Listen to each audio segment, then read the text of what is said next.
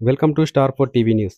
కరీంనగర్ జిల్లా జమ్మికుంటలో బీజేపీ ఆధ్వర్యంలో కాంగ్రెస్ నేత రాహుల్ గాంధీకి వ్యతిరేకంగా నిరసన కార్యక్రమం నిర్వహించారు. పార్టీ పట్టణ అధ్యక్షుడు కోలకాని రాజు ఆధ్వర్యంలో గాంధీ చౌరస్తా నుంచి బస్టాండ్ వరకు నిరసన ర్యాలీ నిర్వహించి రాహుల్ గాంధీకి వ్యతిరేకంగా నినాదాలు చేశారు. అనంతరం రాహుల్ గాంధీ దిష్టి బొమ్మను దహనం చేశారు. ఈ సందర్భంగా కోలకాని రాజు, శ్రీలం శ్రీనివాస్, జీడి మల్లేష్ మాట్లాడుతూ కాంగ్రెస్ పార్టీ దేశంలో విద్వేషాలను రెచ్చగొట్టే రాజకీయాలు చేస్తోందని ఆరోపించారు. పార్లమెంటు ముట్టడి, ప్రధాని నివాసం ముందు ధర్నాల పేరుతో విద్యార్థులను ఉపయోగించి దేశంలో అశాంతి సృష్టించే ప్రయత్నాలు జరుగుతున్నాయని విమర్శించారు. ఈ కార్యక్రమంలో రాజేష్ ఠాకూర్, కైలాస కోటి గణేష్, ఆడువాల శ్రీధర్, కొమ్ము అశోక్, కేశ స్వరూప్, ఇటుకాల స్వరూప్, గంగా భవానీ, రాకేష్ ఠాకూర్, సతీష్, సురేష్, నగేష్, రాజేష్, ప్రవీణ్, పోచయ్య, నసీరుద్దీన్, ప్రణీత్, రమేష్, అనిల్, మహేందర్, రాజు, సమ్మిరెడ్డి, అరవింద్, సమ్మెలతో పాటు పలువురు బీజేపీ నాయకులు, కార్యకర్తలు పాల్గొన్నారు.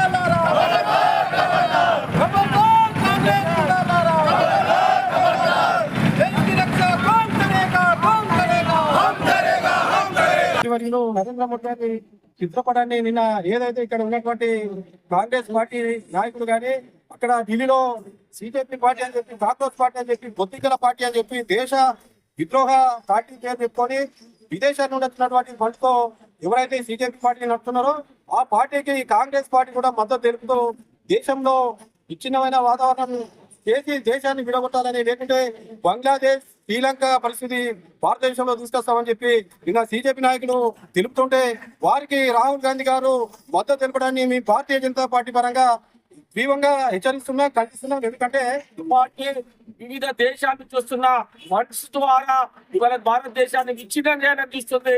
దేశంలో ప్రపంచంలో విశ్వగురువుగా ఎదుగుతున్న పార్టీ దేశాన్ని విచ్ఛిన్నం చేసి వాళ్ళు మళ్ళీ వాళ్ళ ప్రభుత్వాన్ని ఏర్పాటు చేసే కోసం ఏదైతే చేస్తుందో వాళ్ళను ఈ దేశ విద్రోహులకి సపోర్ట్ చేస్తున్న పార్టీని అందరినీ భారతదేశం నుంచి తరిమికొట్టాలని ఈ సందర్భంగా భారతీయ జనతా పార్టీ జమ్మిగూడ పరిశోధన ఆధ్వర్యంలో హెచ్చరిస్తున్నాం.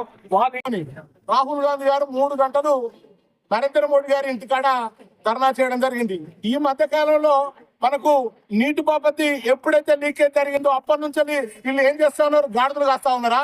మరి అప్పుడు ఇటువంటి కావాల్సుకొని ప్రజల కోసం పార్లమెంట్ ఏదైతున్నదో ముందుకు నడుస్తా ఉంటే పార్లమెంట్ ను నడవనీయకుండా వీళ్ళు పని కట్టుకొని ఇదే మనం ప్రజలకు చేసే న్యాయం అని చెప్పి మేము ప్రశ్నిస్తా ఉన్నాము.